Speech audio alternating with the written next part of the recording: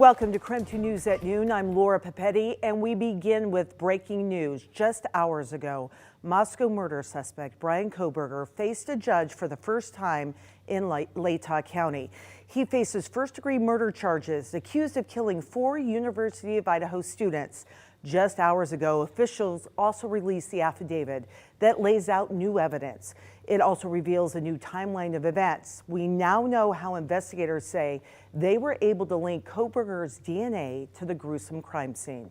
But first, let's go to Amanda Rowley. She has been at the Latah County Courthouse all morning long. She was in the room as Kohberger faced an Idaho judge for the very first time.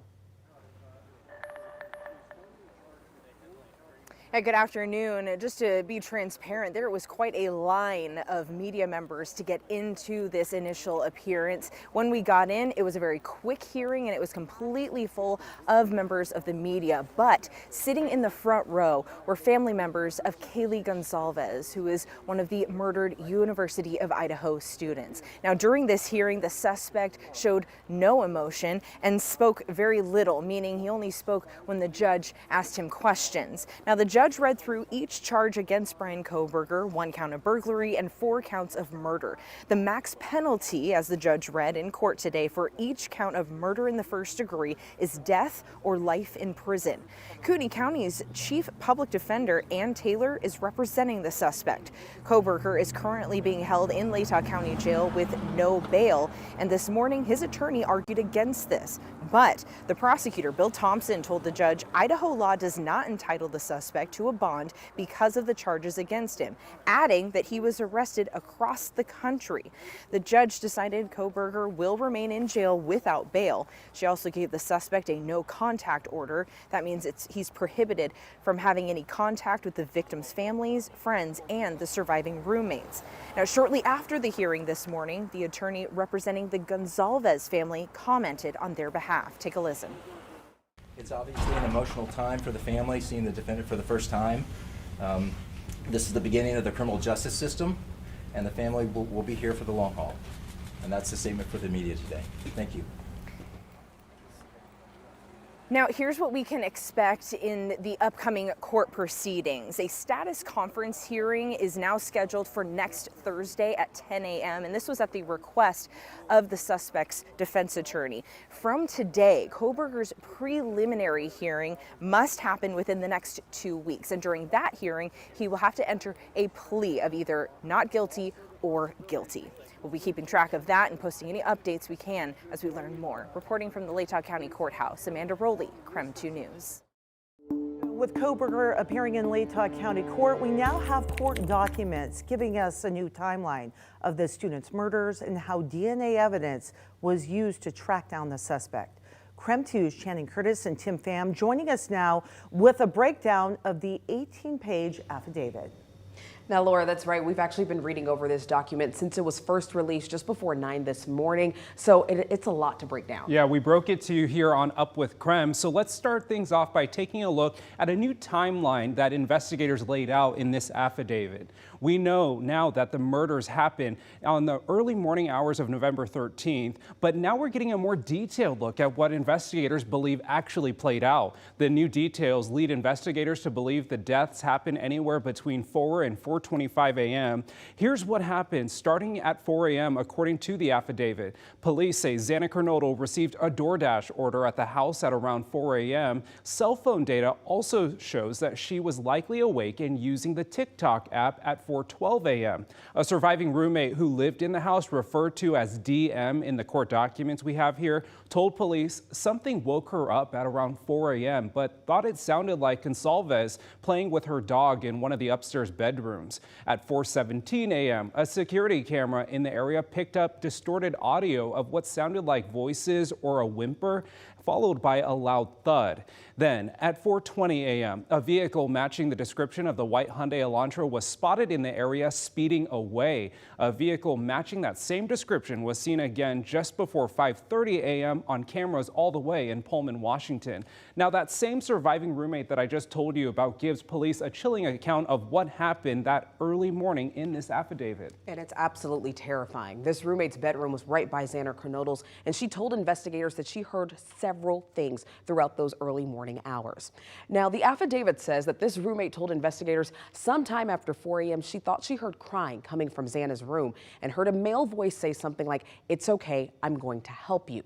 Then that same roommate says they opened their door for a third time that morning and saw a figure clad in black clothing and a mask that covered the person's mouth and nose walking towards her. She says the male walked past her as she stood in a frozen shock phase. She says the male walked past her toward the back sliding glass door. She then locked herself in her room. Now, that roommate also told investigators that she did not recognize the person, but she did give them a detailed description of what they looked like. And that description, along with cell phone records around the area and area surveillance cameras and a DNA match, all led police to arresting Bryan Kohberger. Laura? All right, thank you. And Kohberger arrived in Idaho last night, and this morning Nicole Hernandez was tracking his arrival back in Latah County. She gives us now the breakdown on his highly anticipated arrival. Leading up to the court appearance today, Kohberger first had to make it back here to North Idaho. Pennsylvania State Police had arrested him back on Friday. This was our first look here at Kohberger as he went into a Pennsylvania court Tuesday afternoon. At that hearing, he waived his right to an extradition hearing. A Pennsylvania defense attorney says Kohberger likely did that so he could see the information in the arrest affidavit. Less than 24 hours after that court hearing, Monroe County Corrections in Pennsylvania released Kohberger to Pennsylvania State Police custody. They then got Kohberger on a plane from Pennsylvania to Moscow. That plane ride took almost all day, with Kohberger landing at Pullman-Moscow Regional Airport yesterday evening. This is video of Kohberger getting off that plane. Sheriff's deputies immediately took Kohberger here to the Latah County Jail. They drove him straight into that garage right behind me, booked him into jail, and this is where Kohberger spent the night. In Moscow, Nicole Hernandez, KREM 2 News. Where are you headed? We're going to well, we're coming from WSU. And you're going where? Oh. We're going to be going to Pennsylvania. Oh, okay. This afternoon, we are seeing a new body camera footage that came in from Indiana police during several traffic stops of Kohberger's car during his trip from Washington to Pennsylvania. Now, yesterday, we showed you a video from an Indiana state trooper who stopped Kohberger for following too closely. This video is from a separate traffic stop that happened, though, on the very same day, just minutes later. First, in this new video, you can see a deputy with Hancock County Sheriff's Office approach the white Elantra, similar, of course, to the one investigators had been searching for at the time. The deputy then says Kohberger and his father were pulled over for following a van too closely. But something to note about the video is the date and time, December 15th, beginning at 10:41 a.m. Then about 9 minutes later, Indiana State Police separately stopped Kohberger. This is at 10:50 a.m. Stopped again for following too closely. These two stops are on December 15th, happening 8 days after the Moscow Police Department began asking the public for information about a white Elantra. However, the Indiana State Police told us at that time the trooper had no information about a crime or search for a car in connection with the Idaho case. Kohberger was driving at the time he and his father were pulled over, and during the traffic stop, Kohberger talks to the officer, at that time bringing up a SWAT standoff that had happened that day in Pullman. Yeah, I hadn't heard about that incident. Just yesterday, or? This happened about an hour and a half ago. They're still wrapping it up for investigating. I'm not sure there's two shooters because they did shoot somebody. Let's see. And then you don't know about that actually. They were there, they were shooting out of the window or something. Interesting. Now, it appears that Kohberger was not ticketed for either traffic stop. If you'd like to watch both body cam videos in their entirety, you can head to our website. We have it posted there at KREM.com. And of course, this continues to be a developing story, and we'll continue to bring you updates as we learn more here at KREM 2. And for all of your coverage on this story, text us the word Idaho to 509-448-2000. We'll send a link with all that, all the information in the stories right to your phone.